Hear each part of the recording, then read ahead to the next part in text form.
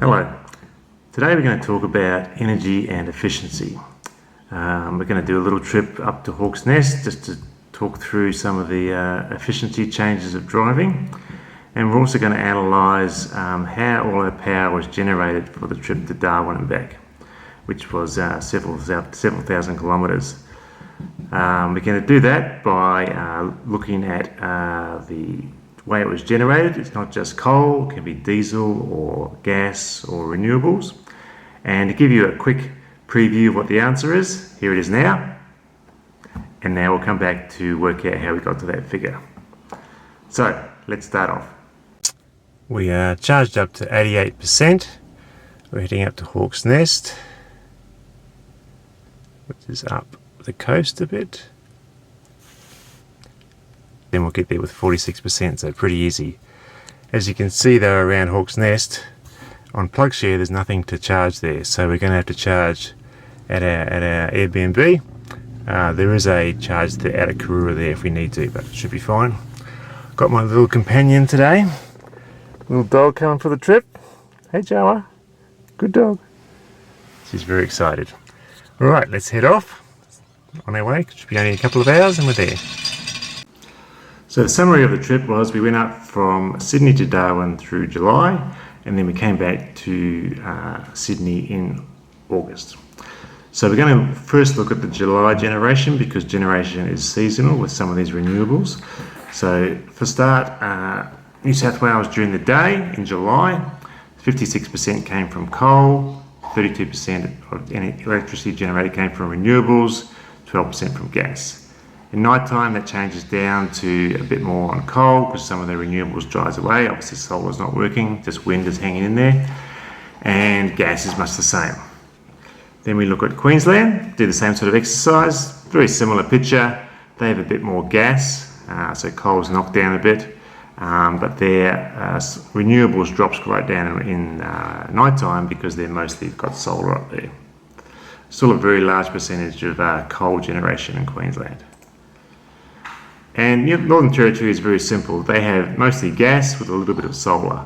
So 90% of their grid electricity is generated by gas, 10% by solar, and at night time the solar goes away and gas does everything. Now, there are some diesel generations where there's off-grid, and we'll get to those when we do the analysis. But this is the grid generation energy for each state that we pass through on the way up to Darwin in July. Now, let's see how it breaks down. So what I did, I picked out every place we charged, worked out what state it was in, worked out whether we charged during the day or the night, worked out how much charge we did, roughly, there, and then mapped it across those distributions that we saw earlier to see where our power actually came from. And if you combine that into a total trip, you get a fairly large percentage on coal, 41%, but probably less than what most people think. 31% on gas, 14% on diesel, and 14% on renewables. So 800 kilowatt hours were used, and that's the breakdown of what it was. So even though coal is a big player, it's still not the majority of your electricity is generated. While we're in the line here from McDonald's, I've got this new graph on the consumption.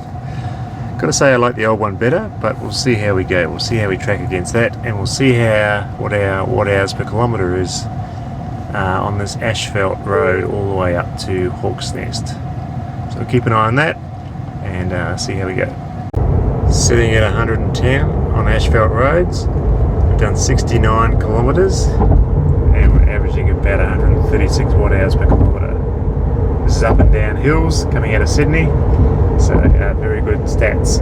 No wind, about 31 degrees. Can anyone explain this graph? We are above prediction. We said 46 for 42, and the little green line is just above the little black line. But it says we're 0.8% more than predicted. I don't get it. Anyway, trips. So averaging 139.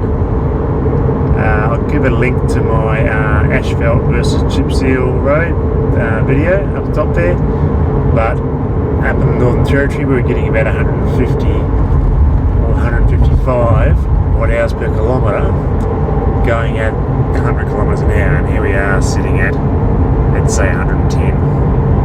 So I've been following this truck for the last 10 kilometres. It's going about 100 k's an hour at a distance of 2 on the auto range thing. And my consumption goes right down to 92 watt hours per kilometre. So the most efficient range I think you can do highway driving. Drafting behind a truck on asphalt roads, sub 100 watt hours per kilometre.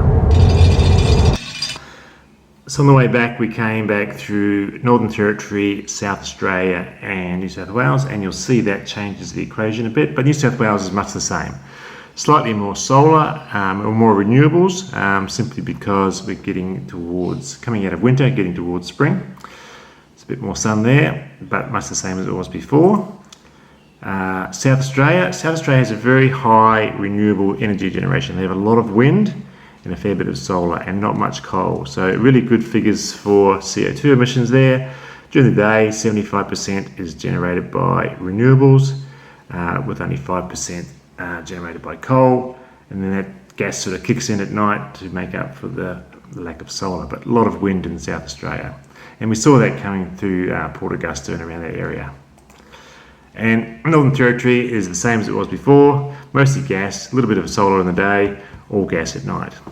So let's plot that out, see what we did here. So charging stations, again, pick the state, pick the day or the night, worked out roughly how much power we used in each place, and then split it across the 3 generation types, or the 4 if you count the diesel generators. So there's a few diesel generators through there. And this is the ratio you come out with. So our total kilowatt hours was a bit more, 815 used, but only 17% was done through coal. A lot of renewables, a quarter of our power came from renewables, about a quarter came through diesel, and about 36% from gas. So coal is really starting to get squeezed out, and probably South Australia is our most progressive state as far as electricity generation goes. But you would think the rest of the country will follow this lead. So coal is getting a smaller and smaller percentage of our power generation. So overall, let's look at the graph on the right there. It kind of works out fairly even across the 4 groups. Obviously coal is still a fairly big supplier, but it's only just over a quarter of our power generation. Gas kicks into 34%, mainly because Northern Territory is all gas, so that's kind of why it's fairly high there. Renewables and diesel are about the same, give or take 20%.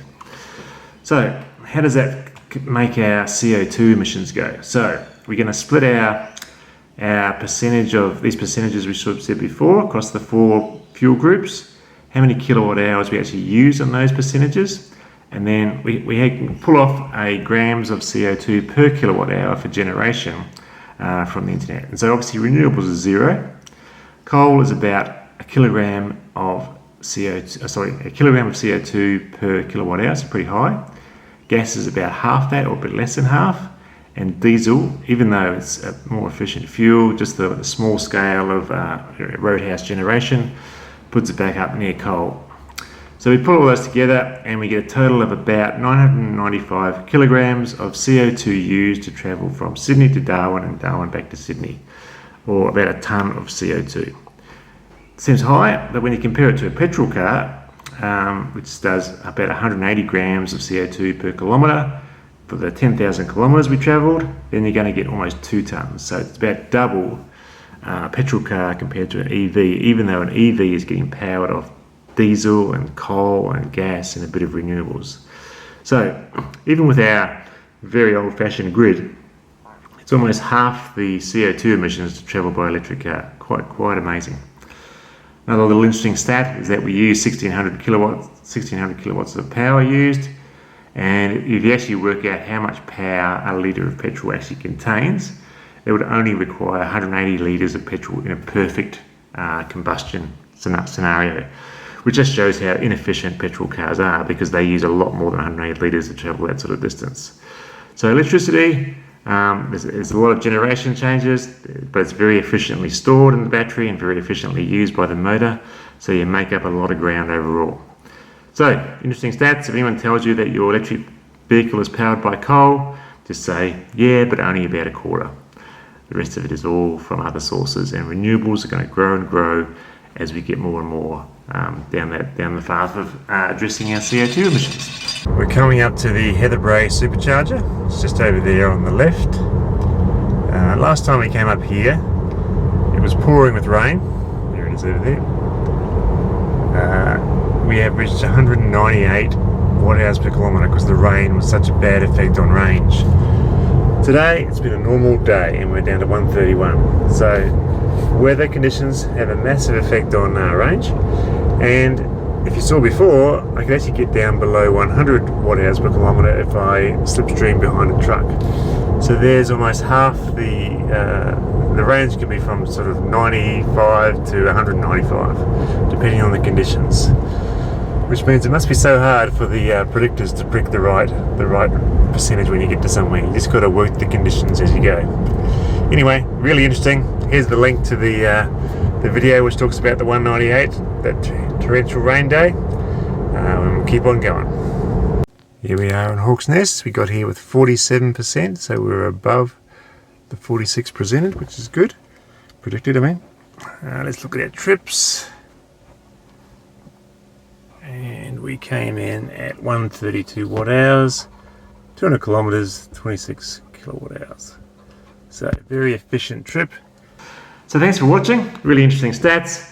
Go out there and travel around the country in your EV. Have fun. Thanks. Bye.